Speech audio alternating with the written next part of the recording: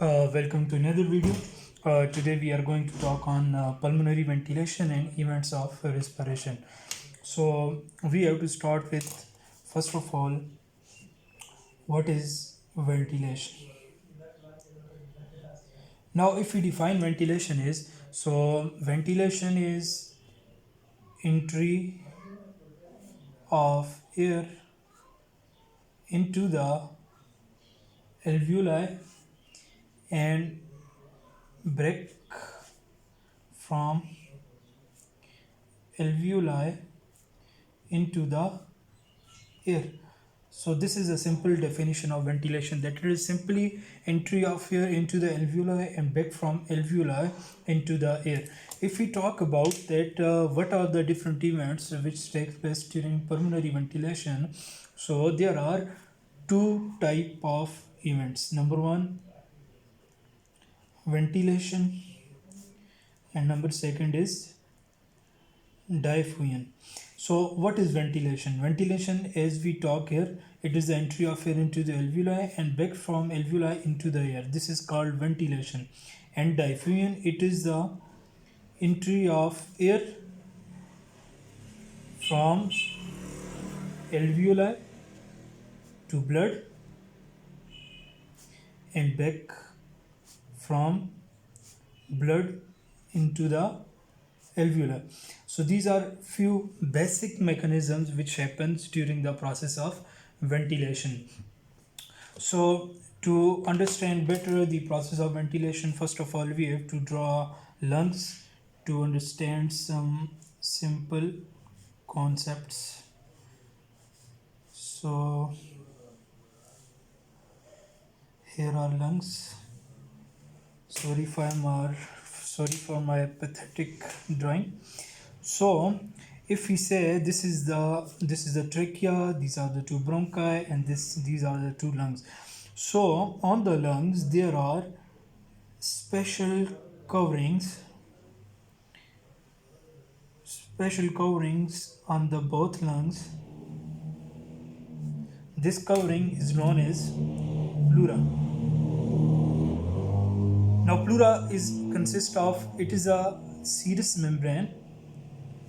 Pleura is a serous membrane which covers the lungs. Simple, it is pleura. Now pleura consists of two layers. Number one is parietal pleura and second one is visceral pleura. This is parietal pleura, and the layer of pleura which is adherent to the lungs is known as visceral pleura. This is visceral pleura, which is tightly adherent to the lungs. This is visceral pleura.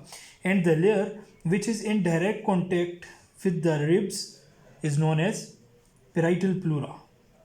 This is parietal pleura and this one is visceral pleura. And in between these two layers of pleura there is fluid present right here in between these two layers, and this is known as pleural fluid. The main function of the pleural fluid is to lubricate the lungs. Number one function of the pleura is to keep lubricated the lungs. And number second is to reduce the friction of lungs with the rib cage. As we know that our lungs are in closed cage, rib cage. If we draw, these are the ribs. This is the sternum, and behind these ribs there present are lungs and heart. So to prevent the friction of lungs with the ribs and to keeping lubricated the lungs, this pleural fluid is present. And in between these two layers of pleura there is pleural fluid present, and pleural pressure is also of very much importance we are discussing later on.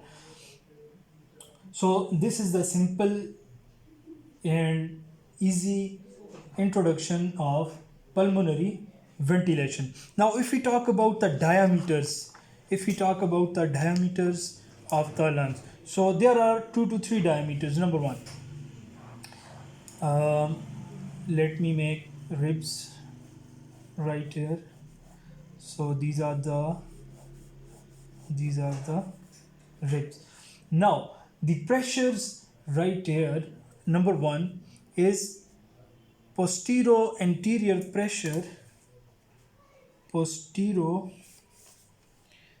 anterior pressure,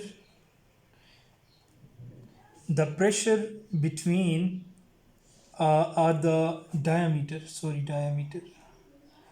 The posterior anterior diameter, the diameter of lungs from front anteriorly to the rib cage to the posteriorly to the vertebral column. Posterior anterior diameter.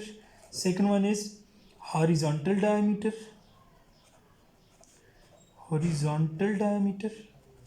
And third one is vertical diameter. So in order to be able to move directly into the lungs, and from the lungs into the surroundings, from surroundings into the lungs, there should be a difference in these 3 diameters. So now we move on to the pressures. As we know, there is air present in our surrounding, and air is 760 millimeter of Hg. There is a constant pressure. Air pressure doesn't change when we inspire or expire. Second pressure is pleural pressure. Pleural pressure is also 0. And third one is uh, pleural pressure is -5 centimeter of water. We don't take millimeter of Hg right here in case of pulmonary ventilation. And third one is alveolar pressure. Alveolar pressure is also 0. Now we talk about the inspiration and expiration in detail. So move on to the inspiration.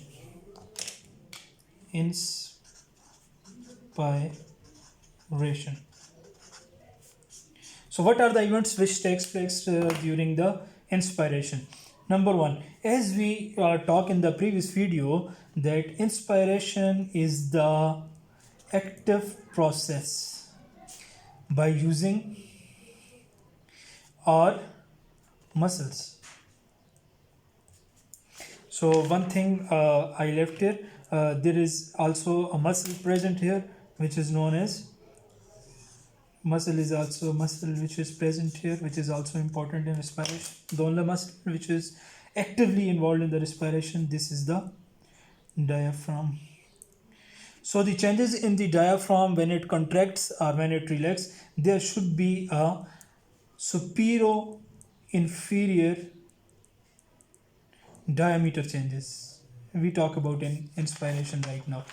So inspiration is an active process, and it is a process in which we use our muscles. So inspiration, there are 3 to 4 events which takes place. Number one, the posterior anterior diameter increases.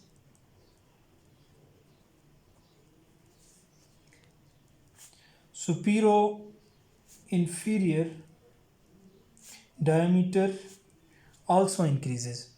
So what happens during inspiration, that our diaphragm contracts, our intercostal muscles which are present between the 2 ribs, these are intercostal muscles. Intercostal muscles also contracts, and in contraction, rib cage moves forward. So in inspiration, there are 2 changes. Number one, the pressure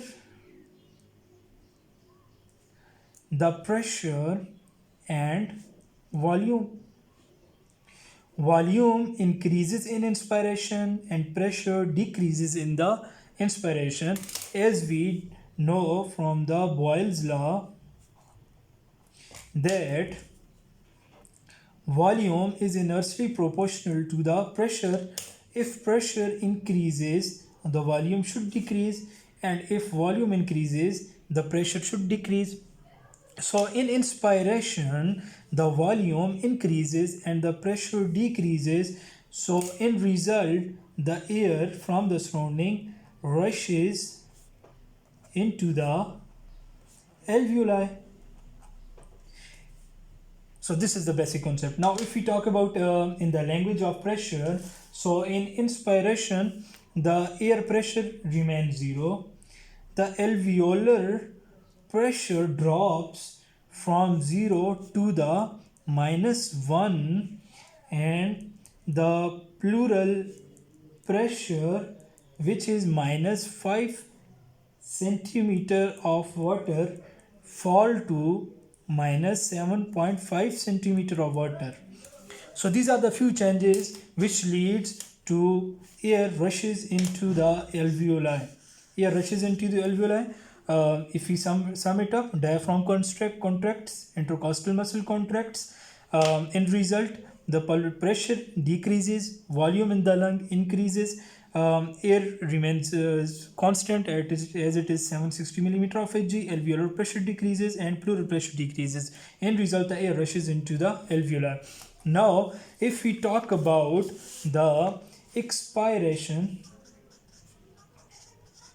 that what happens during expiration, in expiration the volume decreases and pressure increases.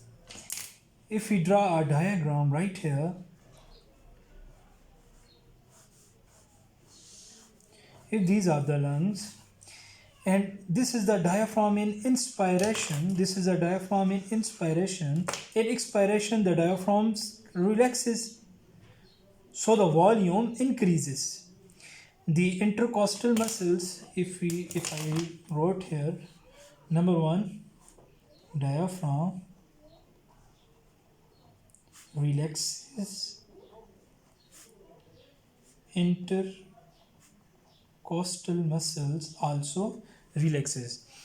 When diaphragm relaxes, the volume decrease. When intercostal muscle relax, volume decrease. So when volume decreases, there is increase in the pressure. So when increase in the pressure right here, so there is a general rule that air moves from area of high concentration to the area of lower concentration. In expiration, only two events takes place. One is diaphragm relaxes and second one is intercostal muscle also relaxes, which results in the decrease in the expiration.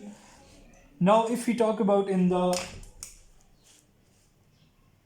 pressure terms, air pressure remain constant, alveolar pressure increases to +1, and pleural pressure also come back to the -5 centimeter of water.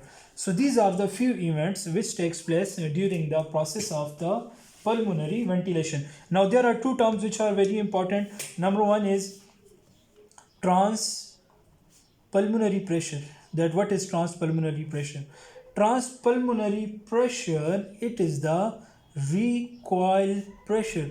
As we know, the lungs are the soft organs and they have the ability to stretch, they have the ability to increase their volume.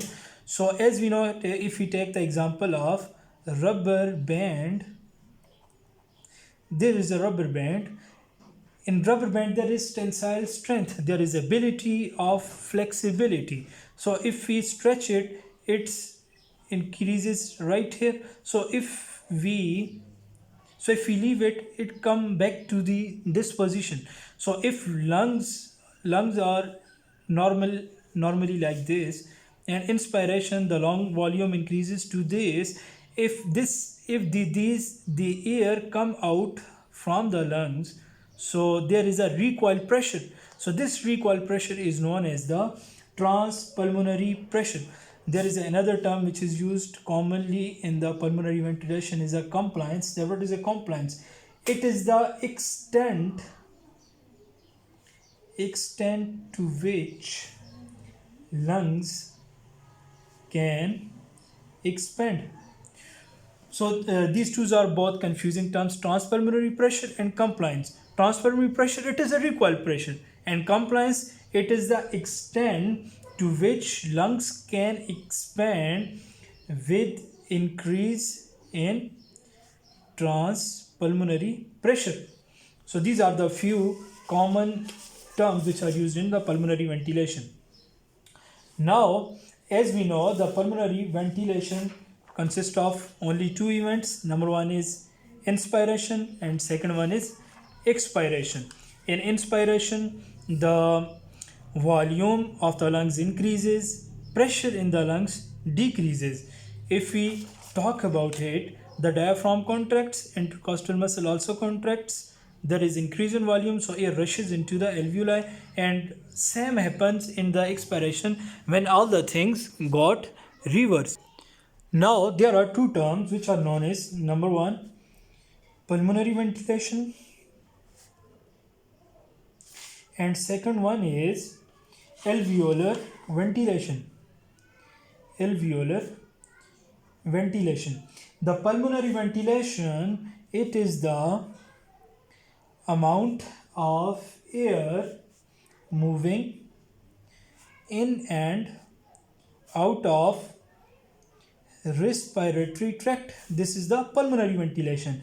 And alveolar ventilation, it is the amount of air utilized for gaseous exchange every minute. So these are the two terms. One is pulmonary ventilation and second one is alveolar ventilation. One thing which I left is the concept of dead space.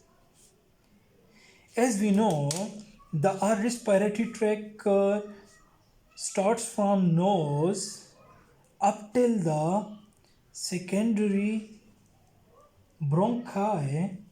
So the air which is present from the nose till the secondary bronchi does not involve in the diffusion or does not enter our blood. So this is known as anatomical dead space. Dead space is the word used, or it is a part of respiratory tract where gaseous exchange does not take place. So an anatomical dead place, there is no air diffusion or air exchange or gaseous exchange from nose till the secondary bronchi. The second one is physiological dead space. What is physiological dead space? It is the dead space due to the non-functionality of the alveoli. As we know, in some diseases like chronic bronchitis, in asthma, in tuberculosis, in such conditions, the number of functional alveoli reduces. So that's why the alveoli which does not involve in the gaseous exchange are known as physiological dead space. So these are the few concepts which are related to the pulmonary ventilation and events which are related to the respiration. So see you in the next video. Bye bye. Thanks for watching.